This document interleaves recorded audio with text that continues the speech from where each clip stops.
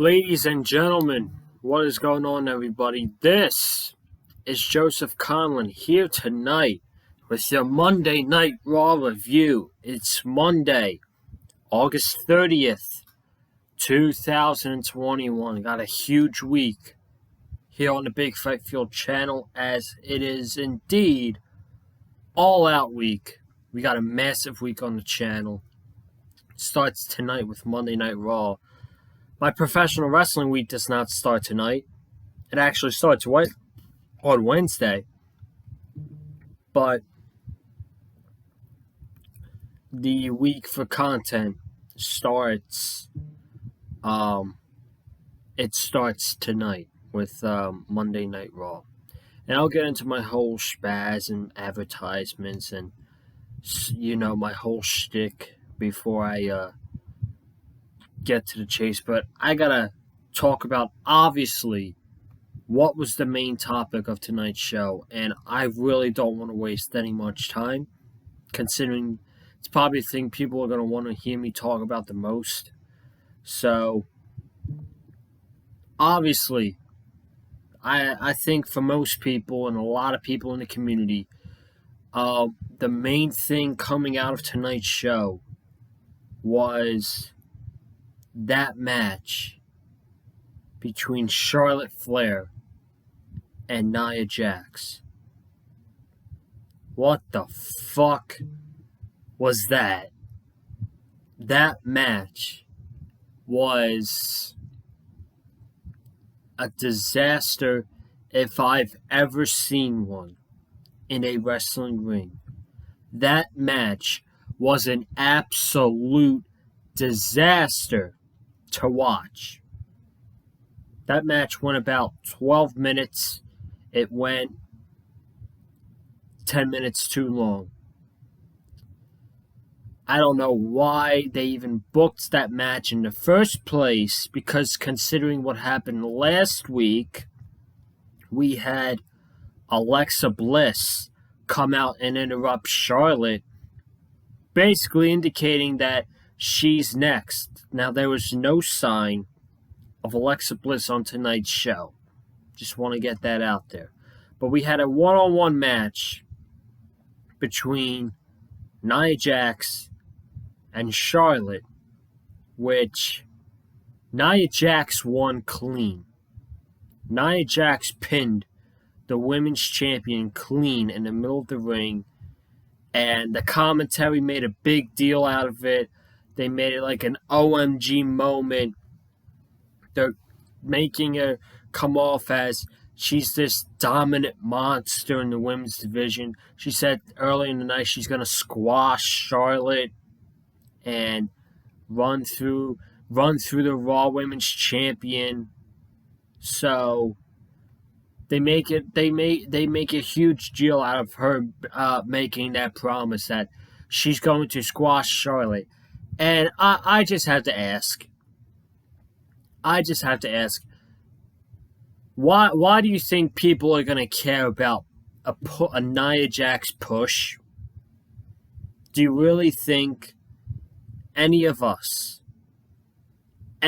content creators that review Raw on a Monday night, do you think any of us give a solitary shit about Nia Jax and her being pushed for the Raw Women's Championship? Are you serious?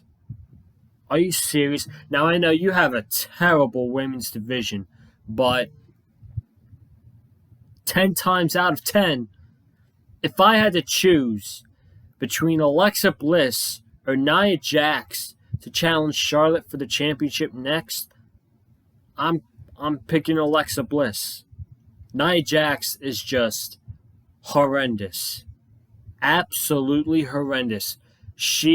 I've been saying this for years, ever since I got this channel. Ever since I started this channel, I've been saying this for a long time. Nia Jax is absolutely reckless and absolutely careless when it comes to that professional wrestling ring. Now, we all know why she's employed by the WWE. is because she's related to Dwayne The Rock Johnson. She's Roman's cousin. And we all know why WWE is never, ever going to fire a woman like Nia Jax, is because God forbid, they fire Nia Jax, and this pisses off Dwayne, and they can't get Dwayne to main event WrestleMania against Roman Reigns. They're gonna be shitting their pants if they can't if they did that. God forbid we piss off Dwayne. God forbid we piss off The Rock. God forbid we piss off Roman Reigns. Roman Reigns could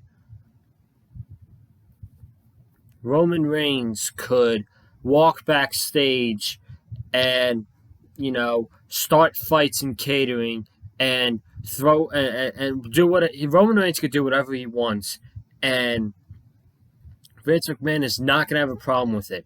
Roman Reigns can be doing something in the hallway that shouldn't be done. Vince McMahon walks by, he looks what's going on, and he shrugs his arms and he walks away. That's absolutely what Vince would do. So, God forbid they fire Nia Jax because they don't want to piss off the NOI family. But it's just laughable how they fire women like Mickie James, Deonna Purrazzo, Ruby Soho, the Iconics, even though they sucked. Their popularity is huge. I gotta say that. Chelsea Green.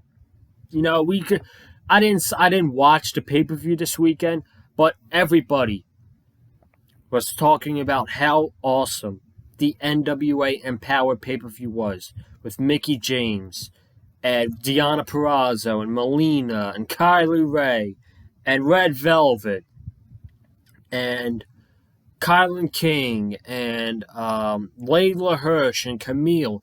Everybody was talking about how awesome that NWA All Women's pay-per-view was. So you watched that pay-per-view. I didn't watch the pay-per-view, by the way. I tried to go watch highlights on YouTube, and I couldn't find anything on YouTube. So I couldn't be able to watch anything from the pay-per-view. But for the people who did, imagine watching that pay-per-view thinking how awesome that was, how awesome women's wrestling is in NWA outside of WWE, and then you watch Monday Night Raw and you watch this shit. Could you imagine how you feel about watching that stuff? Even Ronda Rousey was tweeting during the show, and she was tweeting how much she appreciated Mickie James putting on that show for women's wrestling. And then we see this with Nia Jax. It seems like I had to go back and watch clips, because after this I was completely done with the show. I went back and watched clips from this match. Yes, I'm crazy. This match was a disaster, but I had to go back and watch clips for this show. I think Nia Jax and Charlotte got into a legit shoot fight. They were legit trying to fight one another. There was a spot, and this was hard to watch. Really, this was absolutely insufferable to watch. There's a spot where they're staring at each other, and Charlotte touches her hair or something, and Nia slaps her, and they're slapping each other. And the spot that I'm talking about is she Irish whips Charlotte into the ropes. Charlotte's not even running. Charlotte is just, I don't know what she's doing, man. She wrestled this match in a freaking 30% level. She did not wrestle this match. She did not give 100% in this match. She gave fucking 30% in this match at best. And Nia Jax, both of them probably gave 30% of them during this match. So Nia Jax she Irish whipped Charlotte into the ropes. Charlotte was like walking to Nia Jax. She puts her hands on Nia Jax, and this woman legit jumps up on Nia Jax in a body slam position. And then she's on top of Nia Jax, scratching her face, crawling her face, trying to choke her out. Like, they were legit shoot fighting with another. And I don't think it was a part of the script. And then you had two spots where, damn, Nia Jax nearly killed Charlotte. So she has her up on a suplex position. She lifts her up in the air and she just lets her go. She just literally lets Charlotte go. And Charlotte falls right flat on her back. So that one had to hurt. And then at the end of the match, she gets Charlotte in a powerbomb position, and she puts on one arm, kind of like Raquel Gonzalez does, and just slams her to the mat as hard as possible, which she does. She landed right on her head, and Nia Jax pins Charlotte. I mean, what an absolute train wreck of a match this was. What an absolute train wreck. That's all everybody's talking about from this show, is that train wreck of a match. And I feel bad for Damian Priest, Sheamus, and Drew McIntyre, because the attention should be on them tonight. They went out there and they had a hell of a United States Championship match, which I'm about to talk about. But I had to start the show off with that. I had to give my immediate thoughts on that entire Nia Jax Charlotte situation. And the worst thing about it is, it looks like we're getting them feuding over the Raw Women's Championship going into Extreme Rules. Aren't we lucky? Aren't we lucky? We saw this a disaster of a match, and now we get to see them do it again, probably on pay-per-view. Yay! I can't wait to watch another disaster on September 26th. But thank you guys for tuning into the Raw review tonight. I appreciate it. We got a huge week on the channel, man. It's going to be big. We got Raw tonight. Day off tomorrow. Wednesday, we got AEW Dynamite, the go-home show before All Out. It's going to be me, Wesley Williams, and Cameron Johnson's going to be joining us Wednesday to review Dynamite. Then, a huge one, man. Thursday is going to be the all-out preview and predictions video here on the channel. And we got the all-star team set of myself, Indigo Uchiha, and Gamers Goon. Thursday night here on the Big Fight Field channel. I don't know when that's going to be up. I'll let you guys know, but that is going to be can't miss preview and predictions on the channel. And then Friday, we got AEW Rampage with Wesley Williams. Saturday, I might do SmackDown or not. I don't know. We got Finn Balor and Roman Reigns for the Universal Championship. I didn't watch SmackDown on Friday, so I have no idea how that match came to place, but I don't know why we're not saving that match for Extreme Rules and we're just giving it away on SmackDown. I mean, what's Roman doing in the pay-per-view? And I'll talk about that with Bobby Lashley as well. They have zero direction for Bobby Lashley going into Extreme Rules. Zero. And then Sunday night, the all-out review here on the Big Fight Field channel. One of the biggest pay-per-views of the entire year. Maybe the biggest pay-per-view of the entire year. With the most anticipated, what AEW is calling it, the most anticipated match of the year with Darby Allin versus CM Punk. And if I'm being truthfully honest, they're probably right. So, it's a huge week on the channel. You're going to want to be subscribed. SummerSlam week was a huge success for us. Gained a couple subscribers. I think we gained 2 subs over SummerSlam week. And then last week, I don't know how, but we lost 5 subscribers here on the channel. I think I think it was YouTube taking away the bot accounts, whoever was subscribed to my account or to my channel, because I literally lost 4 subs in one day. I lost one yesterday, but I lost 5 subscribers last week. So if you guys could do me a huge favor, and if you're not subscribed, if you're watching this and you're not subscribed to Big Fat Fuel channel, be sure you hit that goddamn fucking subscribe button. Please. I appreciate all of you who are subscribed. And if you're not subscribed, hit that subscribe button, because I don't know what you're doing if you don't. You're not going to want to miss this huge week here on the Big Fight Field channel with 6 big reviews and preview predictions. Let's start the Raw review. We start off the show with Damian Priest. He was set to do a United States Championship Open Challenge. That's the new thing for every single champion. It's the same thing. They did it with Sheamus. They did it with Bobby Lashley. Now they're doing it with Damian Priest, the U.S. Open Challenge. Why? Because they're not creative. So, Priest is like, who wants to step up to the plate? And Sheamus comes out.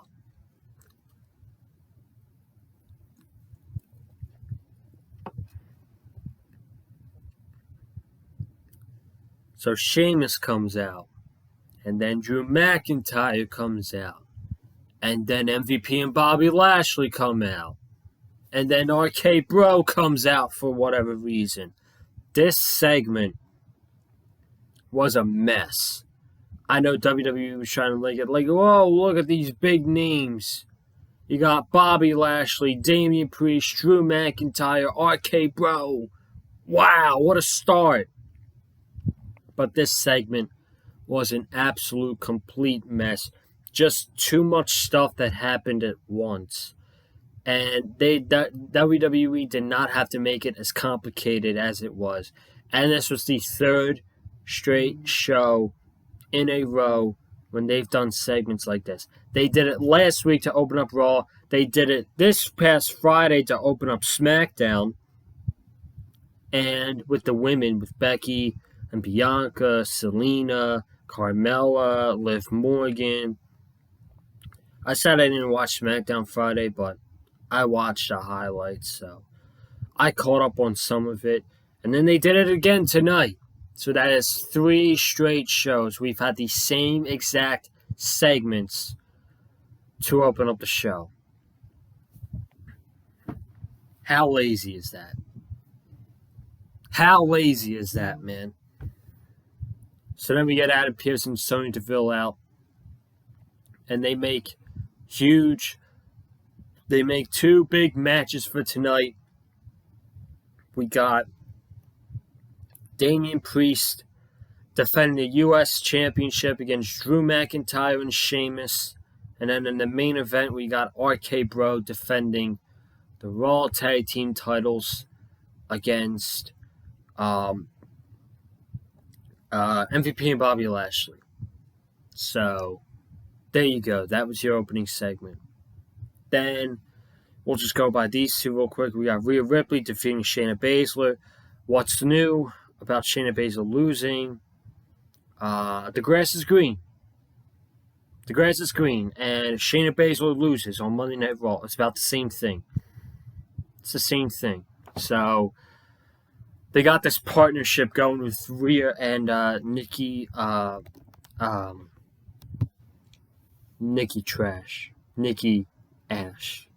I don't know where this is going. I don't really care. So, yeah. And then we had the Viking Raiders against Jinder Mahal and Veer. Could not give a shit. It looks like the Jinder Mahal push is over because he was in a top program going into SummerSlam with Drew McIntyre, which no one gave a shit about. And now he's back to losing to the Viking Raiders and Mansoor and all that stuff. So, I mean, I don't really care. It's Jinder Mahal, but I don't know. I just wanted to say it. But we then had, we'll get into this. This is a big topic as well. We had United States Championship on the line. Damian Priest defended the title against Sheamus and Drew McIntyre. And this match went nearly over 25 minutes with 2 commercial breaks and a great match. This match was great. And if you have not seen this match, I would advise for you to go out and check it, actually. Crazy, I know. Crazy, I'm saying you should go out and check something that happened on Monday Night Raw. But, you know, I'm just telling the truth. You should go check this match. But, all jokes aside, this was a great match, especially after that second commercial break, which is probably like the last 8 to 10 minutes of this match, was absolutely great. We had McIntyre hit the Sheamus hit a bro kick on Damian Priest, which Priest fell outside of the ring. Then McIntyre, he hit a clothesline on Sheamus, I think, and then a future shot DDT. McIntyre set up for the Claymore, and he did his whole 3-2-1. And then Sheamus gave him a high knee strike to the face. McIntyre kicked out. Sheamus goes to the second rope, and he hit white noise from the second rope. Damian Priest, Byron Sachs was saying Damian Priest broke it up. Corey Graves said Drew McIntyre kicked out. To me, it looked like Drew McIntyre kicked out of that white noise, so I'm just going to go with that. Drew McIntyre kicked out of the second rope white noise. Then Sheamus goes for the bro kick, and he goes for the bro kick onto Priest, I believe. Yeah, it was Priest. So Priest moves. McIntyre hits the Claymore on Sheamus. Priest sets up McIntyre. He does a top rope wheel kick to McIntyre. He goes for the final reckoning, connects it, and he pinned Drew McIntyre clean. 1, 2, 3. In the middle of the ring. Crowd was into it. Match was great. The right guy won. Damian Priest retained over Sheamus and Drew McIntyre. He pins McIntyre. After the match, McIntyre gets into Priest's face, offers him a handshake. Priest takes the handshake, and he raises Priest's arm. And that was probably an incredible moment for Damian Priest. I mean, he got put over big tonight. Drew McIntyre did that man right. And you got to give it to Drew McIntyre, man. How should I describe this? I felt like he had no problem putting over Damian Priest, because he knows how good he is, and McIntyre does not really need the rub right now. McIntyre does not need to be a champion right now, and the fact that we got a big baby face in the mid card, we got other baby faces on Raw besides Drew McIntyre and Riddle in the tag team division. I like what they're doing with Damian Priest right now, man. And if they keep this up, I mean, this is WWE. He could be dropping the title in a month, and he can be going back to having matches with The Miz and being in catering. Who knows? But if WWE keeps this up and they keep this Damian Priest push going, I can see him being a WWE champion in 2022. maybe 2023, because clearly they're pushing him right now as the U.S. champion. He just pinned the top babyface on Monday Night Raw clean in the middle of the ring tonight. And that's a big moment for him. That's a huge moment for Damian Priest. And if I'm Damian Priest on that card, on that show, and I feel like I'm in a good spot, and he is on a good spot in that show right now as the U.S. champion. So, really, really great stuff. This was a great match. Priest retains the United States Championship, and really, I don't have a bad thing to say about this match. So,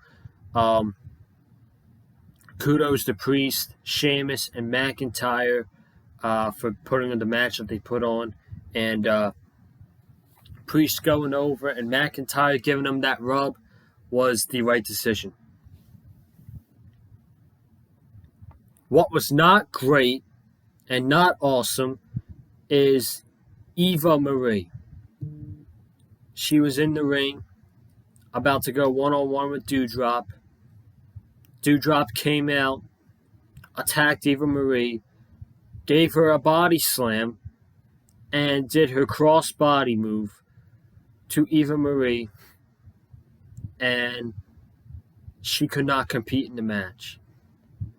She was too hurt. Oh. She took a body slam. She took a cross-body. Oh, I'm hurt. I can't compete. Listen, I've taken fisherman suplexes before and German suplexes before. I'm sure she's okay. This is just the same old fucking shit that she did in 2016. Why the hell is she employed? Why is she there? If this is her usage, she can't wrestle. Is this her gimmick that she can't wrestle? If it is, it's a mockery of professional wrestling, and it's no wonder why WWE is not professional wrestling. Them themselves don't want to be known as professional wrestling. So this was terrible. Absolutely terrible. Karrion Kross, this bum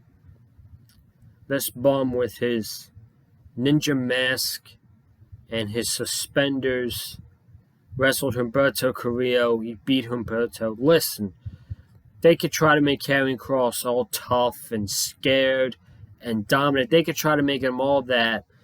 And at the end of the day, it's not going to change a damn thing. You know why? Because this man, the crowd, gave him no reaction. This guy came out to no reaction. You want to know why he came out to no reaction? Because this crowd knows how he's been booked since his call up, and losing to Jeff Hardy in 90 seconds on night one really damaged him a lot. And putting these suspenders on him, these unnecessary suspenders. Do you know how ridiculous Kross looks? Where's Scarlett? Where's the girl? I don't know. He needs her back. Man.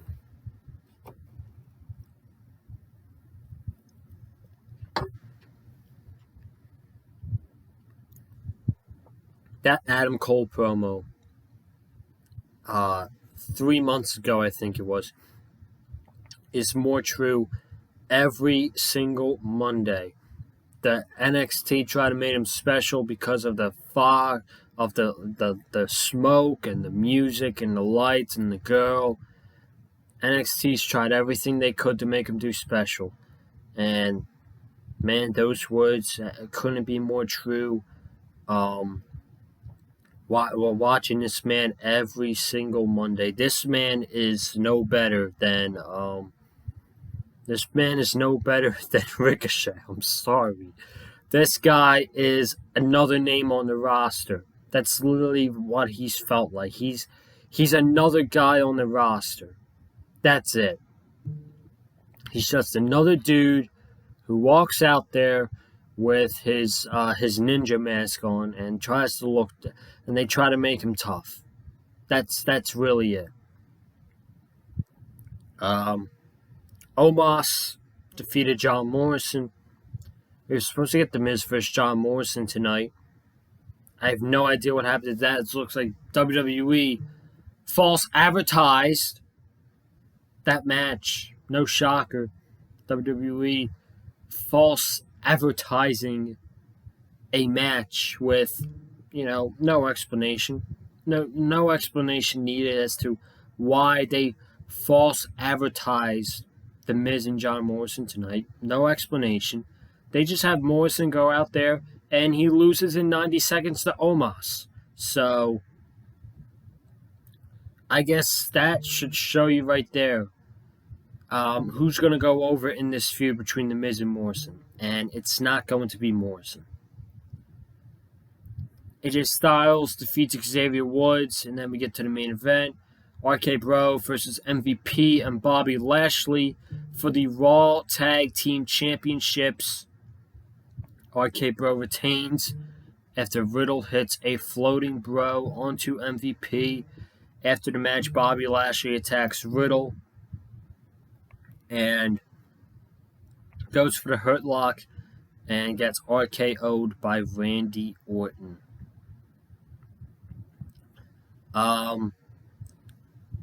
What are we doing with Bobby Lashley now?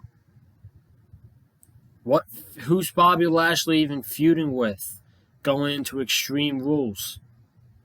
Like, is he just not going to have a match? I mean, WWE, what are we doing here? What are we doing? This is why that title doesn't mean much, because there's no clear baby faces to line up and face Bobby Lashley outside of maybe Damian Priest and Drew McIntyre, but he can't because they had a stipulation back in June. If Drew McIntyre loses, he can't challenge Bobby Lashley for the title again. And the only guy they have is Damian Priest, and you can't do Damian Priest because he's the United States champion. So, I have no idea what Bobby Lashley is doing at Extreme Rules, and I don't think that's a good thing. I don't think that's a good thing at all. I know what he's going to be doing after Extreme Rules. Clearly, he's going back to feuding with Goldberg because they showed a video clip saying with Goldberg saying, "I'm not coming for the WWE Championship. I'm coming for Bobby Lashley's soul." So exciting. I can't wait. Saudi Arabia, the rematch. Bobby Lashley eats defeat to Bill Goldberg. It's coming. It's coming. As much as I hate to say it, love Bobby Lashley, but he's got no direction going into Extreme Rules, and he's got about, I would say, 6 weeks, 7 weeks left as U.S. champion, because I don't see him walking out of Saudi as the WWE champion. But I'm going to get out of here, folks. Thank you all for watching this Raw review tonight. If you have not already, like I said, be sure to subscribe to the Big Fight Field channel. Let's gain those subscribers that we lost last week. I would really appreciate that if you hit that subscribe button and we pick up the subscribers that we lost last week and get that back on the channel and get the subscribers back on track like it should be. So be sure to subscribe, comment down below your thoughts about tonight's episode of Monday Night Raw. Hit the like button if you like what you heard from me on tonight's review. Follow me on Twitter and Instagram as well at Colin_Joseph. And ladies and gentlemen, I will see you Wednesday night for the AEW Dynamite review with Wesley Williams and Cameron Johnson here on the channel. The go-home show before All Out on Sunday night. Folks, have a good night. Stay safe, and as always, stay classy.